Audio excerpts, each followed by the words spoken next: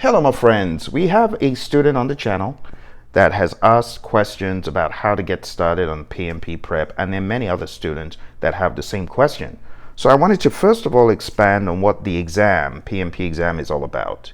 Take a look at the screen. It says to be eligible for the PMP certification, you must meet certain educational and professional experience requirements. Number one, if you have a high school diploma, no degree, you need 5 years, which is 60 months of unique, non-overlapping project management experience. If you do have a degree, we're not talking about associates. Associates is in this bucket here, but if you have the equivalent of a bachelor's degree, then you only need 3 years or 36 months of unique, non-overlapping professional project management experience. If you went to a GAC accredited program, then you only need 2 years, which is 24 months of unique, non-overlapping project management experience. This GAC globally accredited college program, it says here, you can use the GAC coursework to fulfill the 35 contact hours. Okay, so click there if you need more information. I'm going to put a link to this document called the PMP exam content outline. Okay, now in addition to all of these, you need the 35 contact hours of project management training, and that does not have a date limitation. Okay, you can see what it says here. In addition to the above, you must have at least 35 contact hours of formal project management education, except you are an active CAPM holder. If you hold a CAPM certification, then you do not need the 35 contact hours. Your project management education is waived. That's one of the advantages of another exam, which is entry level, called a CAPM. Okay, so my friends, those are the requirements. If you dig a little bit deeper, you'll get clarification. What do they mean by overlapping? If you're counting your project management experience, you count in the passage of time. Even if the projects overlapped, you don't double count. So this is January to April. Where it overlaps only counts as one project. You can't say, oh, January to April, that's 4 months, and then February to June is another 4 months. No, it overlaps, so you cannot count it as such. Okay? So the tenor is tracked in months. It's not the number of projects. Therefore, 6 months of project management experience should be noted as such, regardless however many projects you worked. Using the example below, time spent working on project 1, as you can see here, from January to April, will count for 4 months towards eligibility requirement, while the time spent working on project 2 from May to June would only count as 2 months towards eligibility requirement. However, you cannot mix the time working on both projects twice. That's what we're saying, okay? Verify at least 35 contact hours of specific instruction that address learning objectives in project management. Record all hours, regardless of when they were accrued, the coursework completed by the time you submit the application. So if you have not finished your 35 hours, you cannot claim that. You need to have finished it. I have had students who have run back and said, oh, I need a certificate showing that I actually did this course because I put a wrong date on it. Yeah, don't put a wrong date on your application. This stuff is very important. So you must make sure the dates that you put are realistic, complete, and rhyme with whatever certificate you want to show PMI for your hours.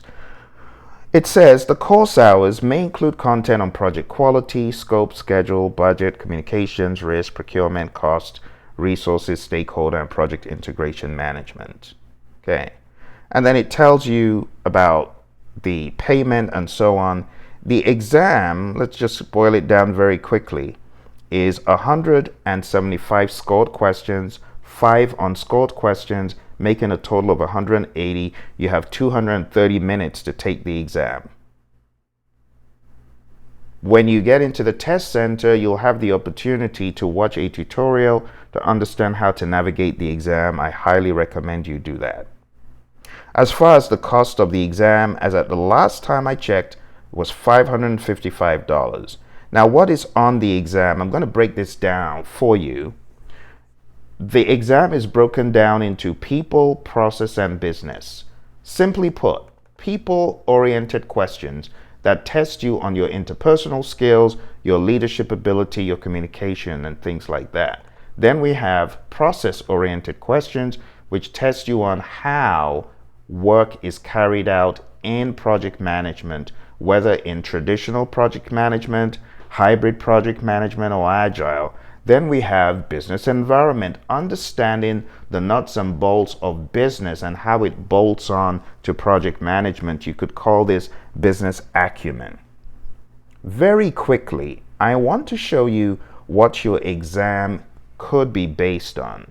Could be based on the people domain, managing conflict, leading a team, supporting the team, empowering the team, ensuring that the team is well trained, building a team, addressing and removing impediments, obstacles and blockers, things that impede the team, negotiating project agreements, collaboration, building a shared understanding on the project, engaging and supporting virtual teams, defining team ground rules, mentoring stakeholders as needed, and promoting team performance through the application of emotional intelligence. Then we go on to the process domain. These are the kinds of topics you can expect on the exam. How to execute the project with urgency to deliver business value, incrementally where possible, managing communications, assessing and managing risks, engaging stakeholders, planning and managing budgets and resources, planning and managing the schedule, planning and managing quality of products and deliverables, planning and managing scope. You hear the word plan and manage a lot in the process domain because that is what the project manager or project leader is expected to do, and that's what team members are expected to do even in a more agile environment. Integrating project planning activities, managing project changes, planning and managing procurement, managing project artifacts, determining the appropriate project methodology to use, the methods and the practices to employ. You don't do this in isolation. It's not a one-man or one-woman job. It's what you do with a team. Establishing project governance structure, managing project issues, ensuring knowledge transfer for project continuity, planning and managing project or phase closure or transitions. And then finally, the business environment.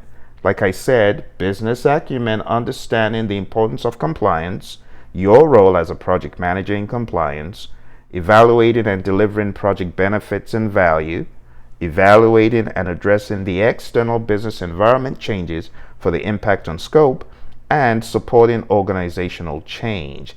These are the topics that you are going to face on the PMP exam. But that is just the beginning. There's a lot of process-oriented topics that you need to be aware of.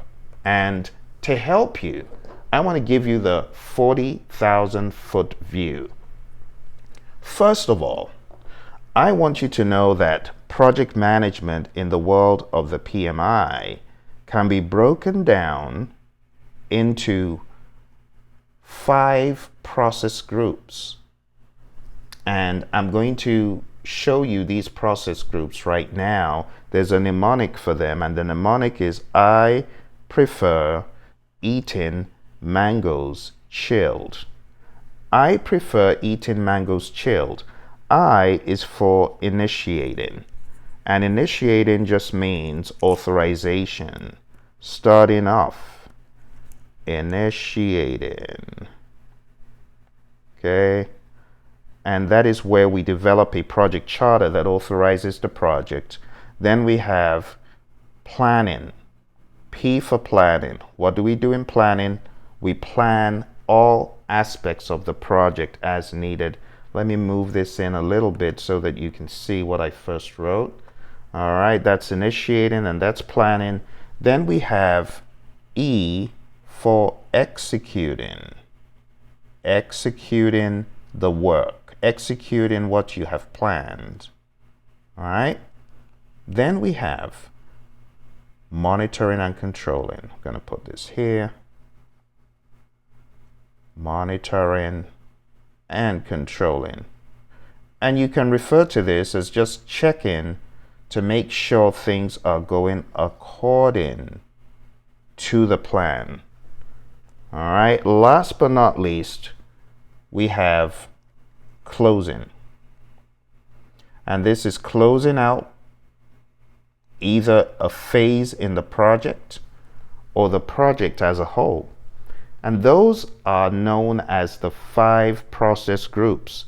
Someone might ask, why do we need to know these process groups? It is to establish a common lexicon so we can speak the same language as project managers and so that we can effectively organize our projects. When you have this, you are able to communicate with people on the team referring to different aspects of the project.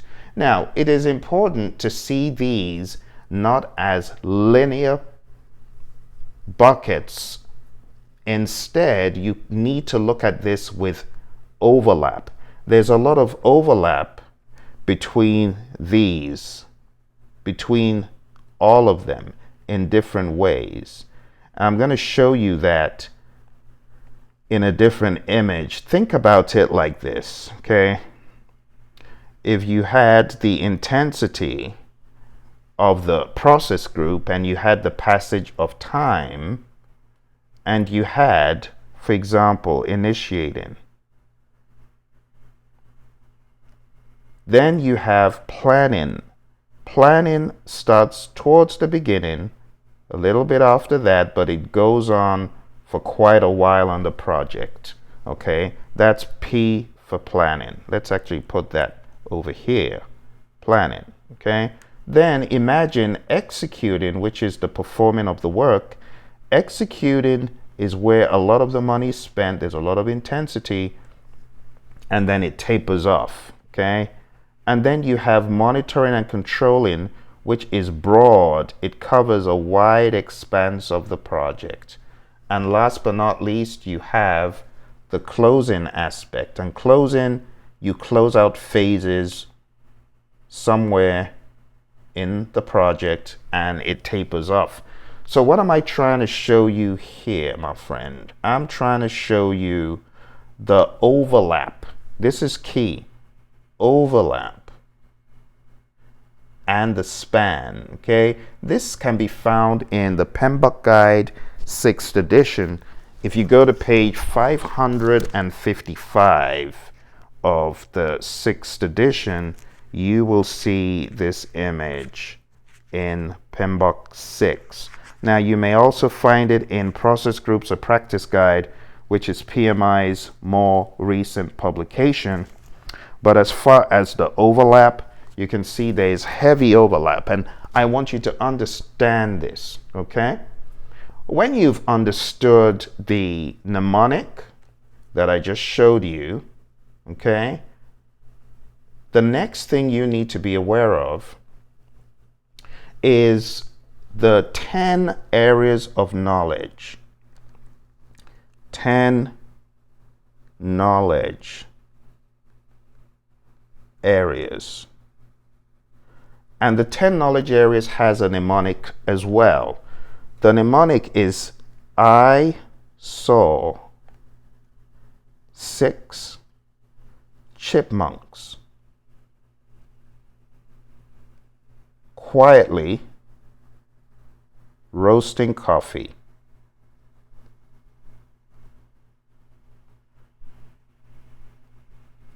Reading poetry, stories. It's a bit of an outrageous one, but this will help you remember the 10 knowledge areas. Okay, I'm going to show you real quick here what each one stands for. So let's jump into what this means. I is for integration. And I'm going to move this over a little bit and expand it so that you can see it real well. Okay, so we have integration, we have scope, schedule, cost, quality, resources, communications, and I have to expand it a little bit more so that we can get it all in.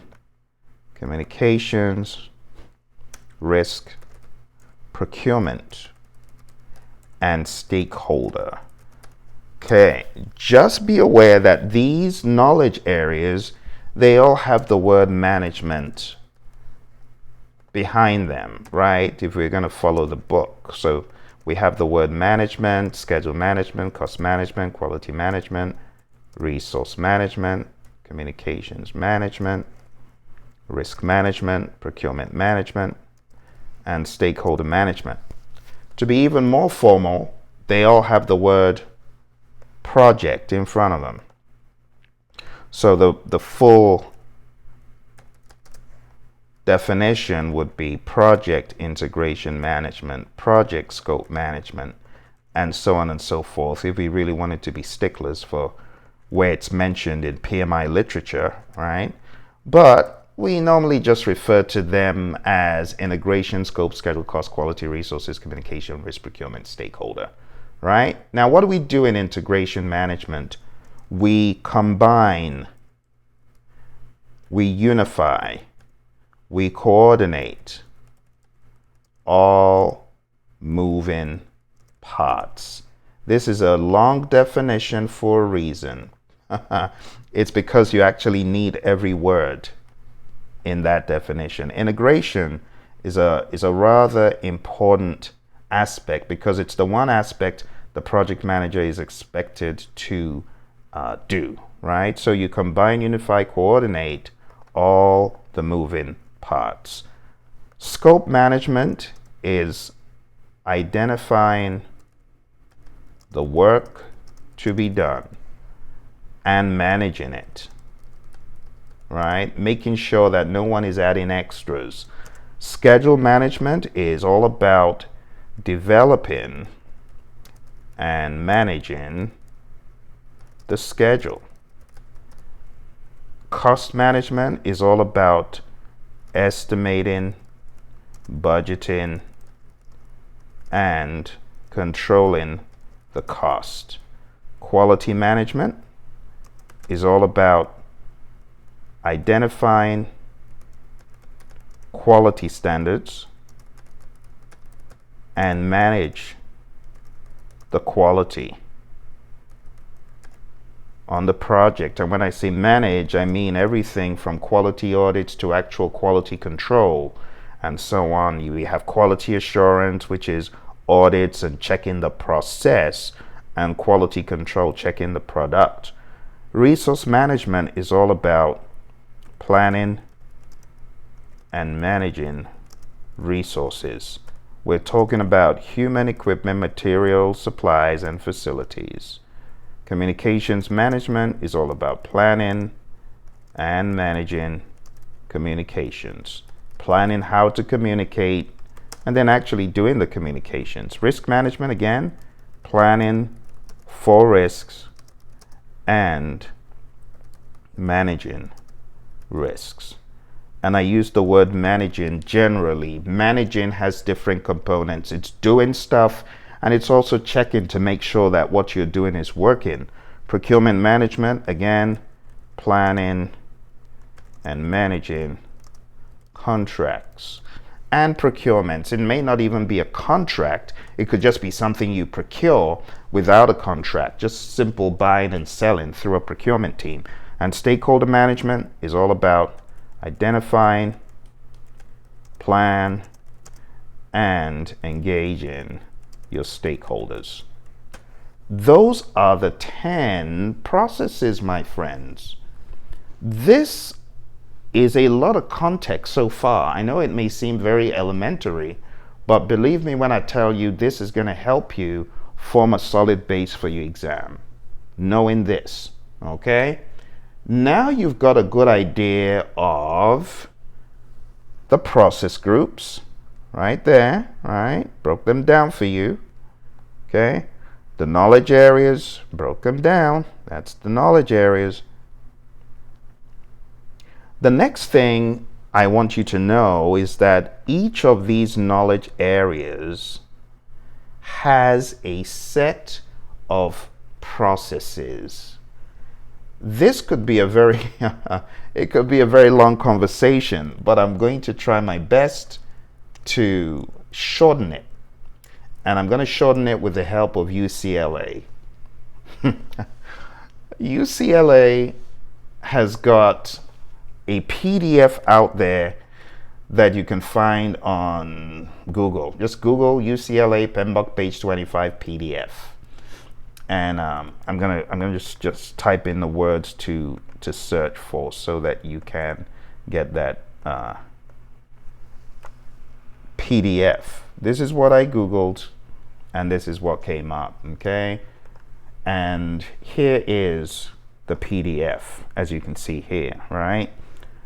They have put up this breakdown of PMBOK Guide 6th edition that shows you, as you can see here, we have the process groups at the top, we have the knowledge areas on the left, and we have the processes. Now, note of caution. I really want to make it clear to start you off on a good footing. Okay? Do not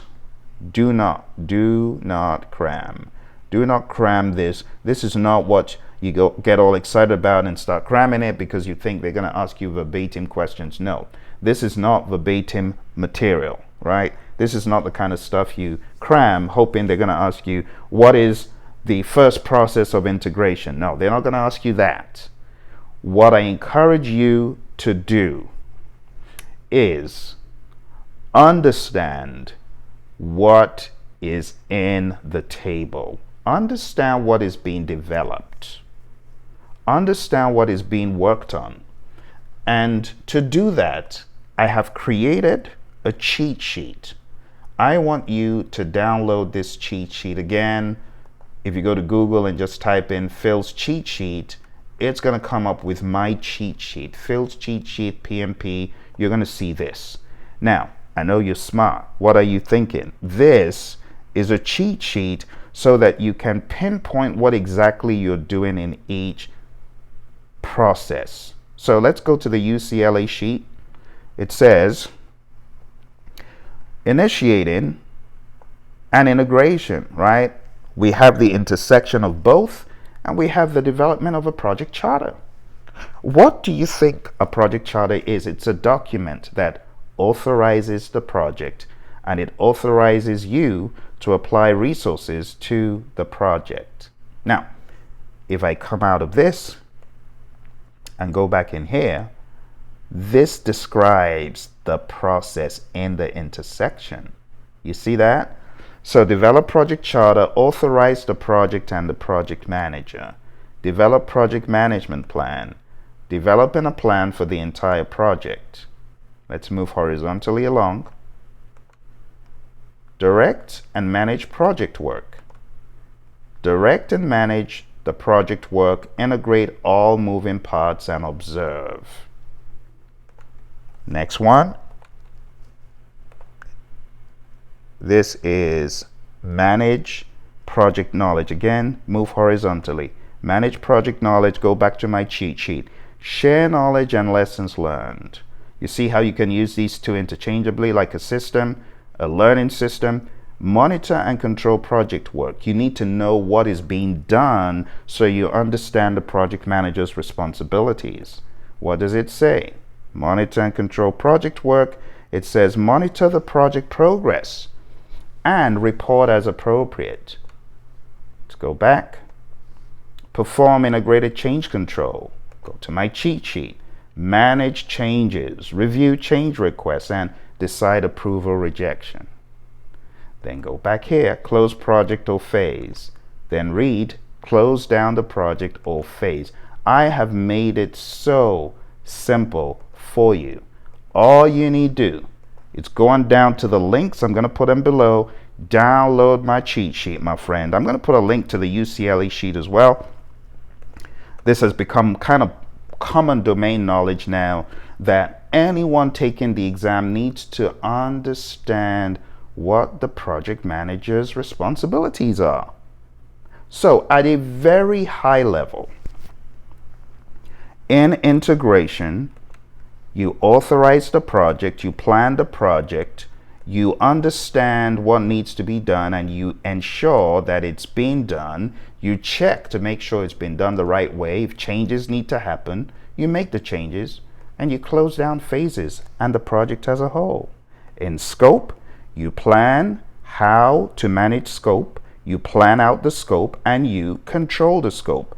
You plan out how to schedule, and you control the schedule.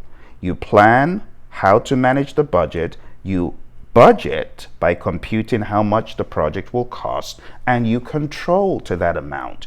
You plan how are we going to manage quality. You ensure that quality is being checked in to the process, and you control quality by inspecting the final deliverable.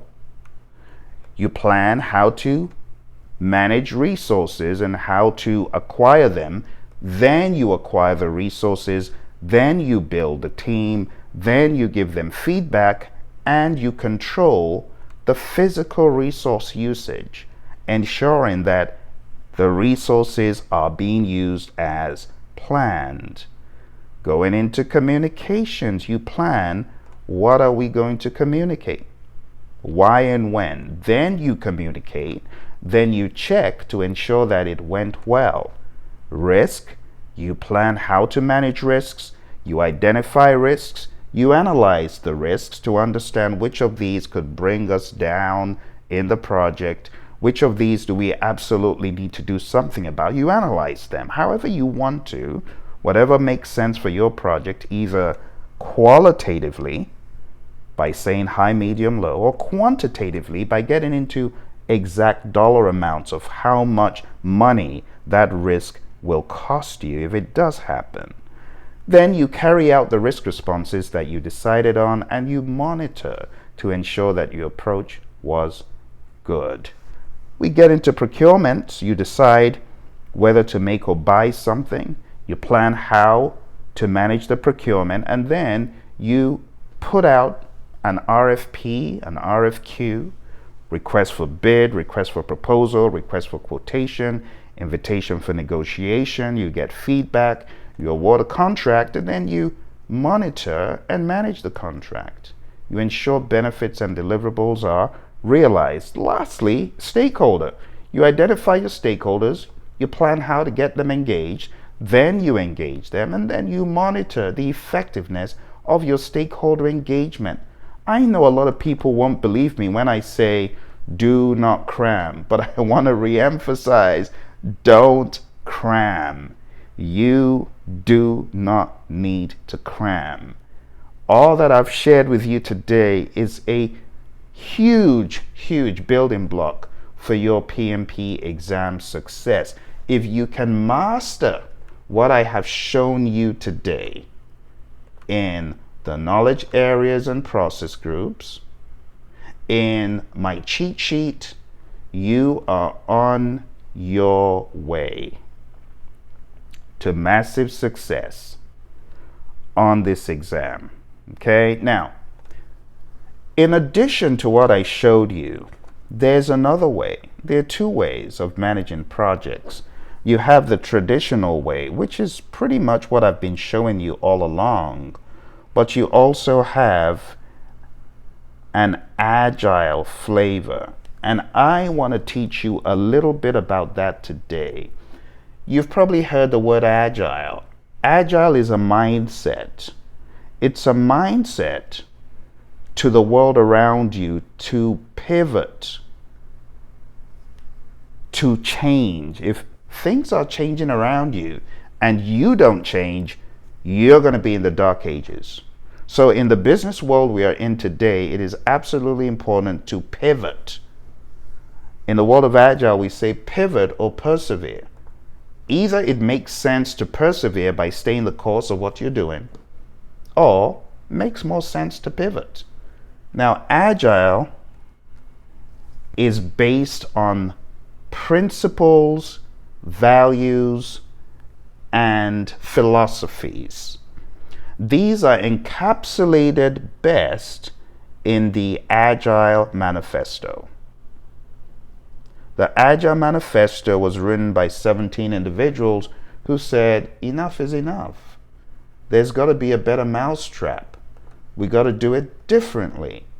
So if you go to the website agilemanifesto.org, go to agilemanifesto.org and you will be able to read the Agile Manifesto. Now it reads Agile Manifesto for software development. At the time, this was really more software originated. But in the passage of time, these values and ideas have stood the test of time and cut across industries. So let's examine the manifesto real quick. We are uncovering better ways of developing software by doing it and helping others do it. Through this work, we have come to value. Now I'm going to paraphrase this for you. In the world of business, people and how they interact needs to be valued more than processes and tools, because people will surprise you and the processes and tools won't even matter. So being more mindful and placing a higher value tag on how people interact is pivotal for success in business today. It's not the processes and tools that guarantee success, but if the people are interacting in a mature and productive way, then you will more likely get to your end goal. Secondly, working products should be valued more than comprehensive documentation, because you could have all the documentation in the world. If the product is crummy or doesn't work, it's no good. Thirdly, collaborate with your customer instead of being so focused on contract negotiation. If your mindset is of collaboration, you will find yourself collaborating with the customer, working with them for the greater good. But if you're so focused on the money, or you're focused on asserting your will over theirs, you won't get very far. Number 4, responding to change over following a plan. Mike Tyson said everyone has a plan until they're punched in the mouth. Isn't that true? I'm not saying planning isn't important, but you need to be ready to adapt, because your plan may need to change. Ask anyone who's been on the battlefield, they know the plan goes out of the window the moment something happens that was not planned for. And that's when you need to be agile. Agile thinking all around us, even on the battlefield. You got to be agile. When crazy COVID hit, the pharmaceutical companies, they scrambled to find solutions. They scrambled to be agile. Now, let's not get all political here, because I know we have divergent views on many of these things. So let's just move along. Let's move along. All right, let's go to the principles behind the Agile Manifesto. Again, I'm going to paraphrase these principles for you. Number 1, your highest priority as a project management professional in the making, or you are a project management professional, your highest priority needs to be to satisfy the customer through early and continuous delivery of valuable products. Make it your obsession. It helps. Number 2, welcome changes even late in development. Agile processes harness change for the customer's competitive advantage. So think of changes as being good. Kaizen, right? Deliver working products frequently, from a couple of weeks to a couple of months, with a preference to a shorter time scale. Here we're not talking about sprints, we're talking about delivery. You could deliver after a number of sprints. And when I say sprints, I mean iterations. You're going to learn a little bit more about that. Next one says business people and developers must work together daily throughout the project. Next one says build projects around motivated individuals, give them the environment and support they need, and trust them to get the job done. So let's talk about these two. Business people and developers. Why must they work together daily? I was training a course with my buddy Roy, and someone said, daily? I don't like working with my business people. They lie. They make sales that are not true, and then they put it on us. I hate working with these people. We said, hold on. We're not talking about literally working, although that's not a very helpful mindset to begin with, to see your business people like that. Maybe there's a more underlying problem that we need to address. But we explained that this just means working, not all day long, but having constant communication. Building projects around motivated individuals is a no-brainer. Why would you want to build a project around a demotivated team? The next one says the most efficient and effective method of conveying information to and within a development team is face-to-face conversation. It makes sense. It's been proven over and over again. In more advanced studies where there's a lot of empathy at stake and emotions at play, it's been shown that when you want to communicate a heartfelt message, the best way, face-to-face. We call that the 55-38-7. The great Professor Emeritus Albert Mehrabian, he showed us that. And we're not just saying any old communication, we're talking about where they're high stakes. But generally, you understand that body language a lot of times speaks louder than the words. The tone of voice speaks louder than the words themselves. How you say something, right? The next one says working software is a primary measure of progress. It doesn't matter if you're 99.9% done, you're still not done. So having a working product, that is how we measure progress in this world. Agile processes promote sustainable development. In other words, we want you to be able to sustain what you are doing. If you are working in a non-realistic way by doing 80, 90, 100-hour weeks, is that sustainable? Is that good? You know what I call this one? I call this one the don't kill the team principle. And the don't kill the team principle just says, be realistic and have a sustainable pace. If 40 hours is sustainable, then do that. And we don't work in hours in this world of Agile, but I've got to convert it to help people understand. All we're saying here is don't promise the world when you can't even do half of it. Just do what is sustainable. Okay, when people come at you and they're asking the team to do these crazy overtime, don't get me wrong, I'm not saying overtime is completely bad, but in this world of Agile, we try to avoid making this our lifestyle. Don't make overtime your lifestyle. I know there might be exceptions to the rule, but this is just saying you should be able to maintain a constant pace indefinitely. Next one says continuous attention to technical excellence and good design enhances your agility. When you are technically excellent and you pay attention to design at all levels, you're going to be more agile because you are going to have less fan cleaning. You're going to have less blunders and less mistakes when you really focus on being technically excellent. Not just doing stuff shooting from the hip and on a whim, but really knowing what you're doing, spending time coming up with that good design, whether you're talking about designing a graphical user interface or you're designing a solution to a problem, be it in the world of food or pharma, same thing. Do the due diligence. That's what this is saying. Simplicity, the art of maximizing the amount of work not done, is essential. This is just saying be lean. Keep it lean. Don't use 50 when you could have gotten the same result with 25, if those 25 are widgets or resources, right? Don't do busy work. Be an engineer who cuts out the fat in the work and gets the same result. The best architectures, requirements, and designs emerge from self-organizing teams. Give the team the autonomy and the power and support. You will be amazed at how they deliver great solutions when you take yourself out of the equation. It's amazing. It's been proven over and over again. Finally, at regular intervals, the team reflects on how to become more effective and tunes and adjusts its behavior accordingly.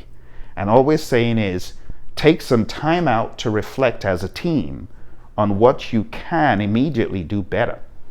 What you might be able to do better in the long term is good, but we want to look for quick wins, improvement wins. So spend time on a retrospective. That's what this is saying. And that, my friends, is a cornerstone for your PMP exam success. Next level. Some of you came in here today as beginners. Now you're leaving armed with a ton of information to help you get to that next level. Okay, so we've covered the principles behind the Agile Manifesto. Because I'm your buddy Phill and I'm your friend, I want to let you in to one more secret for your PMP exam. And this is understanding one of the most popular Agile frameworks. It is Scrum. That's right, Scrum. I want to introduce you to Scrum because I know it is going to take your Agile game to the next level, which is not just having the principles, but seeing the principles come to life. So again, I want you to go on down to Ken Schwaber's website, which I will put in the chat. And I want to introduce you to Scrum. This is the image that encapsulates Scrum in totality, what it is. Okay? It's a very simple philosophy. Very simple. So I'm going to put that link somewhere in the chat, but I am going to hone in on some of the details and I'm going to mark it up a little bit for us. So let's go over here and let's begin to mark this up. What exactly is Scrum? Well, to understand what Scrum is, you need to go to scrumguides.org. I know I'm giving you a lot of links. I'm going to put them below. Okay? So if you go to scrumguides.org, you will be able to read up about Scrum. I'm going to take you through this very quick. Here's the Scrum guide. We're just going to read a quick definition, okay? It says Scrum is a lightweight framework that helps people, teams, and organizations generate value through adaptive solutions for complex problems. In a nutshell, Scrum requires a Scrum Master, that's a role in Scrum, to foster an environment where a product owner orders the work for a complex problem into a backlog. The Scrum team turns a selection of work into an increment of value during a sprint. The Scrum team and its stakeholders inspect the results and adjust for the next sprint. Repeat. Boom. Simple, right? It's encapsulated right here. We have a product backlog, which is a list of what the customer wants. We take some time out as a team. The team is usually 10 or less, right? This is an example of what the team could look like. We don't want a team that is like 20, 30, 40. No, that's not what we're talking about here. We're talking about 10 or less. So these individuals, they get together and they have a sprint planning event. And in the sprint planning event, they determine which of this stuff they will work on within an iteration. Time box is what iteration is. So they decide, okay, within the time box, we're going to work on this stuff, and this is what we're going to work on within the time box. Now, the time box, known as a sprint, could be 4 weeks or less. So within the time box, they've decided, okay, this is all the stuff we're going to be working. Okay. Then they begin working it. Okay. Now, they begin working, and daily in that time box, let's say the time box is 2 weeks, which is the sweet spot in industry. A lot of companies do 2 weeks, even though some do 1, some do 3, some do 4. But the sweet spot, most common in industry, is 2 weeks. Every day of that 2-week time box, they have what we call a daily scrum. And the daily scrum needs to be looked at as a way of inspecting progress towards whatever that goal is that they're working. So for every sprint, not only do we want a sprint backlog of what is going to be worked, we also want to identify what our overarching goal is. Okay. Now, we don't want to make things too prescriptive, saying you must have a goal, but you must have things you're working on. You might have more than one goal, and that's okay, but don't just work purposelessly. Have a goal, right? And every day of the sprint, we're ensuring that we're working towards the goal. It's a 15-minute event. 15-minute. We are very particular about not going over the 15 minutes. If more discussions are needed outside of the daily scrum, then they can happen, right? So it's a 15-minute event for the developers of the scrum team to reduce complexity. It's held at the same time and place every working day of the sprint. If the product owner or scrum master are actively working on items in the sprint backlog, they participate as developers. Now, I've talked about product owner and scrum master, but I haven't given you the background of the team. As you can see here, we have a product owner, we have a scrum master. Product owner and scrum master. Who are these? The product owner, you could describe the product owner in the language I like. I like thinking about the product owner as the chief value officer. This is not formal, so don't look for it in the book. But the chief value officer is the one who understands the value of each item in the backlog. Why are these items in the backlog? And what is the overarching goal of this product? The product goal. Why are we doing what we're doing?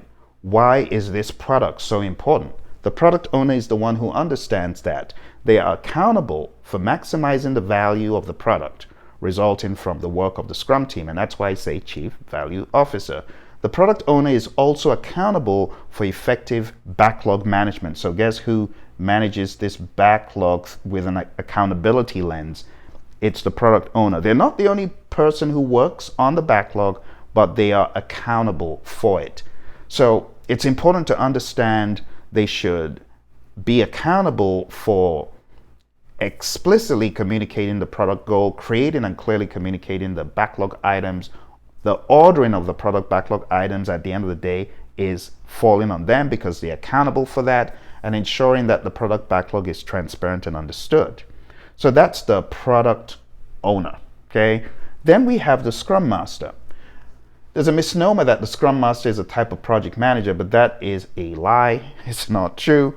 The Scrum Master is a coach for the team who helps them understand Scrum. They serve the Scrum team by coaching the team members in self-management, cross-functionality, helping them focus on high-value increments that meet the definition of done, helping them remove impediments. That's a big one. So when you think about the Scrum Master, it's not the same as a project manager because they don't have authority over the team members. Now, the team members that I'm going to circle in pink here, these folks here, we call them developers. So the developers are the final role in Scrum. And they're the people in Scrum that are committed to creating any aspect of a useful increment each sprint. So I know I've given you a lot of definitions and a lot of stuff in the past few minutes, but don't worry, it's all going to sink in. Just watch this again and read the Scrum guide. So I talked about the daily Scrum, 15 minutes, and in the daily Scrum, there's usually 3 questions that could be asked. This doesn't have to be how you run the daily Scrum, but it's a very good way of getting started, right, with a new team and understanding what exactly is being done. So there are 3 questions that are asked. What did you do yesterday to move us towards the sprint goal? What are you going to do today to move us towards the sprint goal? Yesterday, today, and are there any impediments in your way? These are the 3 questions. What did you do yesterday to move us towards a goal? What are you going to do today to move us towards a goal? What are the impediments? And the only people who speak are these developers. The product owner might be in attendance, doesn't have to be. The Scrum Master should be in attendance for a young team, in my opinion, as the team develops and is able to run their own daily scrums. The Scrum Master may not need to get as involved. The idea is that the team will grow, they will mature, they will evolve. Eventually, the Scrum Master might move on to a different team and maybe serving 2 teams. This is reality, okay? I'm not telling you pie in the sky stuff like one Scrum Master to 1 team. That's wishful thinking in a lot of companies. In a lot of companies, you have 1 Scrum Master to many teams. So let's just keep it real. And you're going to learn more about that as you get into the world of Agile and Scrum. That's just how it is. So in the beginnings, yes, Scrum Master, I would advise to be present, but as they evolve, the developers are going to run their own daily scrums. The only thing is the Scrum Master must make sure it did hold and that it was productive and it was positive. All right, as we evolve in this timeline, there's something that the PMI stresses that I want to bring out, because a lot of folks don't talk about this in the world of Agile outside of PMI.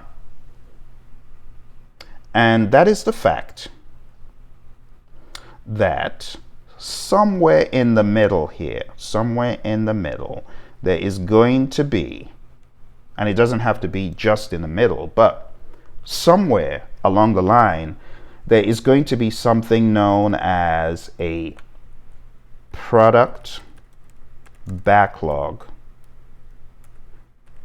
refinement. So think about it. This team is working on stuff for the current sprint. But what about the next sprint? There's work in the backlog that needs to be understood better and prioritized. So when does that happen? It happens in something that we call a backlog refinement event. It doesn't have to be an event, because some product owners are able to refine their backlog. They may choose to do it daily or weekly or some other cadence. The bottom line is it gets done. So you just need to understand that we have a backlog refinement event. And the backlog refinement event helps us refine the backlog to do some estimation, to break things down, to decouple things and better understand what's in the product backlog, so that, watch this, on the next go round, when you get to the next sprint, right?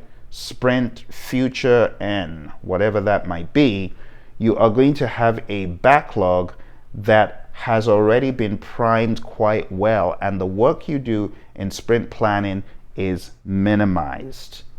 Okay? Teams are different. Some people choose to do all their refinement in sprint planning. Not advised. Backlog refinement is a good progressive way of thinking about your backlog items. Okay? So it's not a formal event. It's an informal event. Okay? All right. Moving on, when all is said and done, let's go through the process again. There was a backlog in the beginning, product backlog. You did sprint planning. You came out with a subset that you're going to do within the sprint. The team is working daily. We have a daily scrum where we either ask 3 questions or we do something called walk the board, where we have a board, a Kanban board, with all the things that are being done. We have to do, we have doing, we have done, and the items that are in orbit. We speak to those items. We call that walk the board. So you may not need to do the 3 questions. In some teams hate the 3 questions. They would rather walk the board, and it's more organic and conversational. Whatever works for them. But the bottom line is you're going to do the daily scrum, however you choose to do it. Okay. And then finally, there's going to be an increment. We call this a potentially shippable increment, or PSI. You might hear that. You might hear potentially shippable product. And there's so much more in Scrum and Agile that I can't go into here. I would highly advise, if you're green in this stuff and you want a very, very thorough breakdown, you need to be in my masterclass, and it's just called Project Management Masterclass.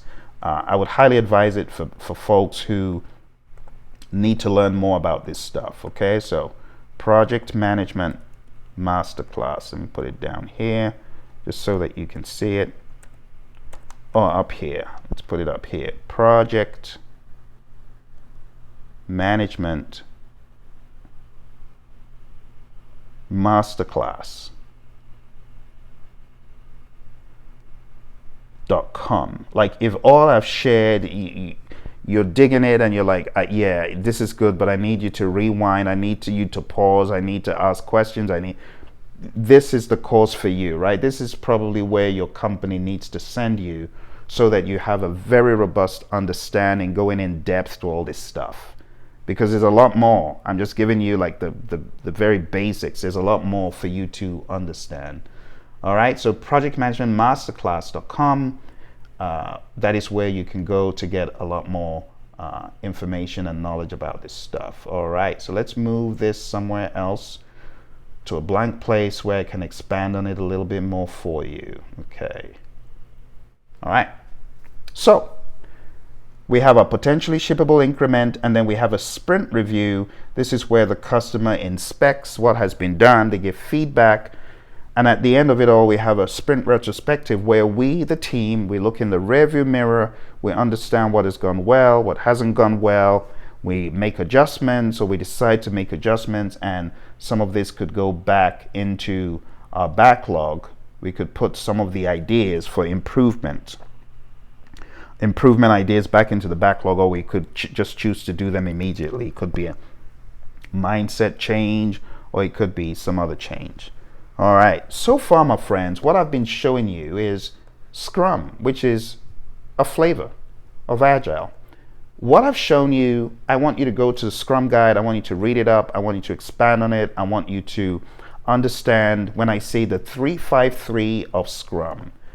Let me show you what I'm talking about. 353 of Scrum just means 3 roles. We have the product owner, we have the Scrum Master, and we have the developers. Some people refer to the developers as the team, just loosely. So you need to understand the context. All 3 of these together make what we call the Scrum team. Okay? So we have 3 roles. We have 5 formal events, and the events are like this. We have the sprint itself. This sprint is a container for everything else. So we have the sprint itself, we have the daily Scrum, and you can see me putting this in the container. It's for a reason, right? The sprint is where everything is. So we have the daily Scrum, we have sprint planning, we have the sprint review,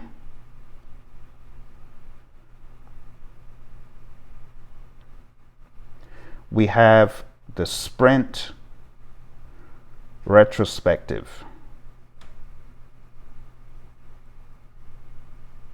And don't forget, we have the one that is not a formal event that I told you is backlog refinement.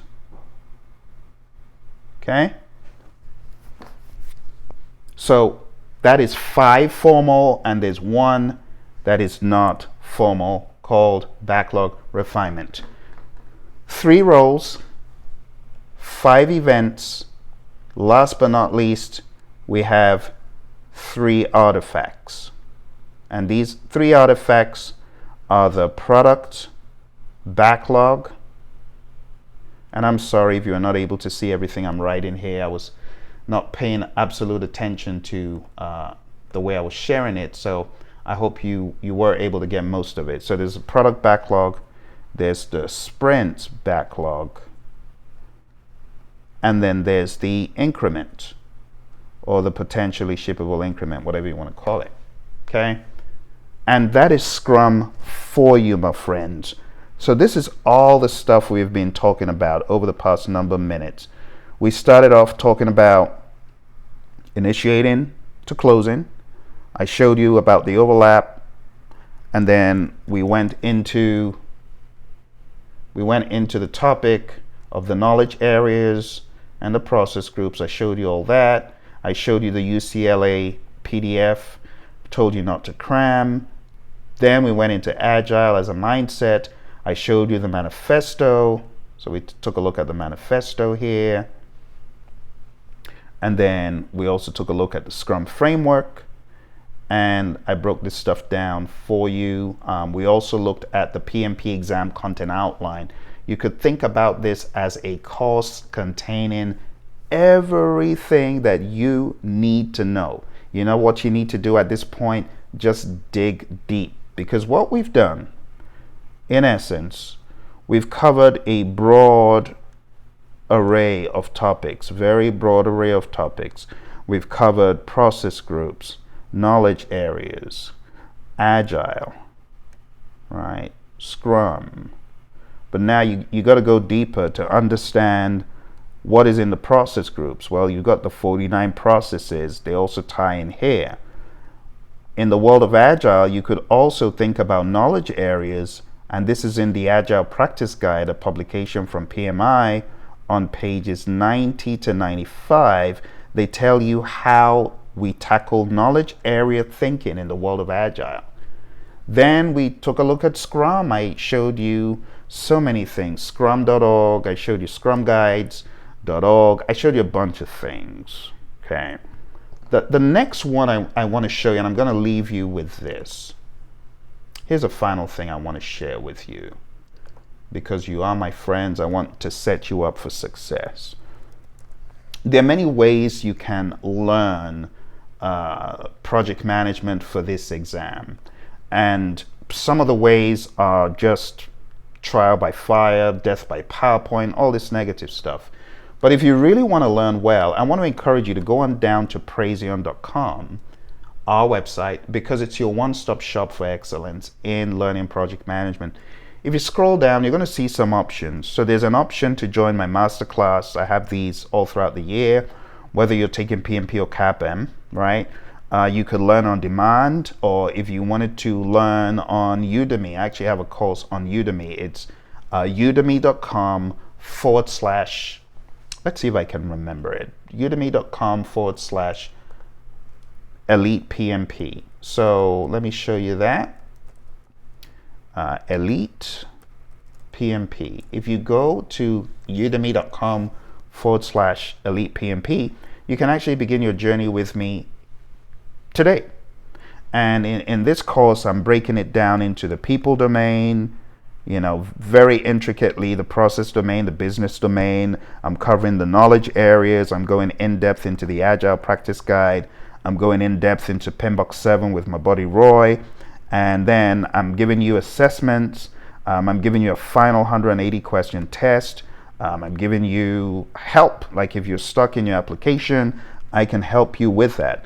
And honestly, for the value you get from this course, this is so ridiculous. It's so low for a world-class course like this. You need to understand, in this course, I'm going in on the content. This is 37 hours of undiluted real-world project management training. I'm breaking down, watch this, every single one of these domains is broken down into people, task 1, 2, 3, process again, task 1, 2, 3. So this is not what you want to do if you're looking for a boring, non-engaging course. But if you like engagement and you like interesting, this is the course you need to be in. So I'll just show you a screenshot or two from it. Let's go into what we are going to be looking at. This is a very high-level view of where we are going today. Today we're going to be talking about the people piece on... So there you have it. So for every single task I'm going in, So you already saw the outline that I gave you today and how detailed that was, but that's not even half as detailed as what you'll learn on the Udemy course that I have. But that's for people who can learn just by doing stuff on their own. And not everyone is like that. Some folks need a lot more than just doing stuff on your own.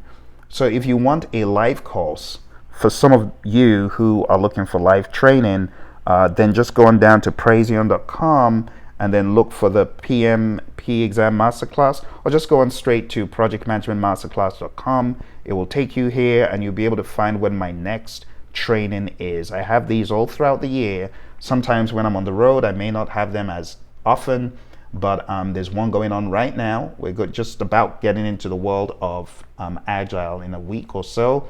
So if you wanted to join that, if you were in a time crunch, do look into that.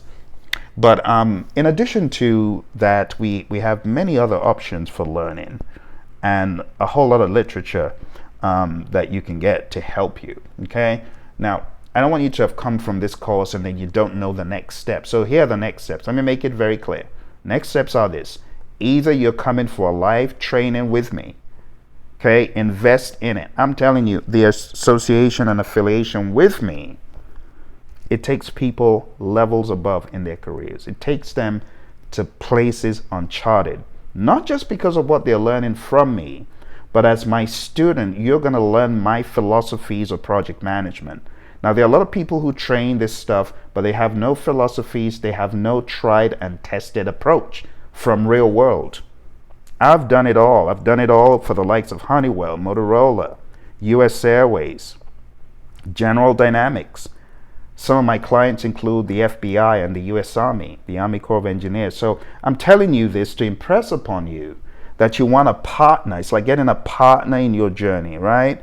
My buddy Roy and I, collectively, we have over 50 years of experience between us, and that's being conservative, not to date us. But when you come on this journey with us, you are going to learn our ideologies about agile, about predictive, about hybrid. This is investing in your future. It's not about taking the exam alone. This is about setting yourself up for success. So if you truly mean business, my friend, I want to encourage you to join this, not only because of what you're going to get from the course and passing the exam, but you can see that we are vested in your future. We have promised that we're going to give you 1 hour of coaching after your PMP, and this is a $250 value. We're going to give you this, and we are going to make sure that you understand the next steps. We're going to inspire you, encourage you, motivate you, inform you, and educate you beyond PMP so that when you get certified, you're going to have a solid 1 hour blueprint for the next 10 years of your project management life. Think about that. No one offers you that with PMP. And it's because we know, based on experience, that the exam is the beginning. Okay? So, if you truly mean business, my friends, I want you to take massive action, depending on your propensity, right? Some people just want to study alone, and that's okay. If you do want to study alone and you're able to keep up the momentum, with a little bit of hand-holding from me, because you can send me messages, then go on down to Udemy, sign up right now. I mean, it's a fraction of what it should be, okay? And I want to hear from you, so communicate and send messages if you come on this course. If you choose to come on our masterclass, go on down to projectmanagementmasterclass.com, take massive action now. This is nothing compared to what you are going to get from the training and from your affiliation with my buddy Roy and I. This is putting yourself in a right trajectory for future success. It's not just about the exam. Just ask any of my students. You get certified, it's not the end, it's the beginning. Okay? So going down to projectmanagementmasterclass.com, sign up now. The next one will be happening sometime in August, but now's the time for you to take action. The cool thing is you can sign up at any time. So if you sign up right now and you wanted to join the course just to get a feel for what we do before your actual course starts, that's absolutely okay. we actually allow our students to come in for a re-audit. So you could join at any time knowing that you're going to get a full set of the 5 weeks in the next training. So if you want to join today, I encourage you, go on down there. Let's start the journey right away. We meet on Wednesdays and Fridays, and you'll be able to join right away. You'll be able to immediately begin absorbing this content. All right. So again, it's your buddy Phil here. If you are on LinkedIn, look for me. It will be a pleasure to be connected with you. And if you have any questions, put them in the comments below. Those of you on LinkedIn, on YouTube, whatever platform you're watching, let me know how I can assist you. All right. Thank you very much. I wish you all the very best. Bye for now.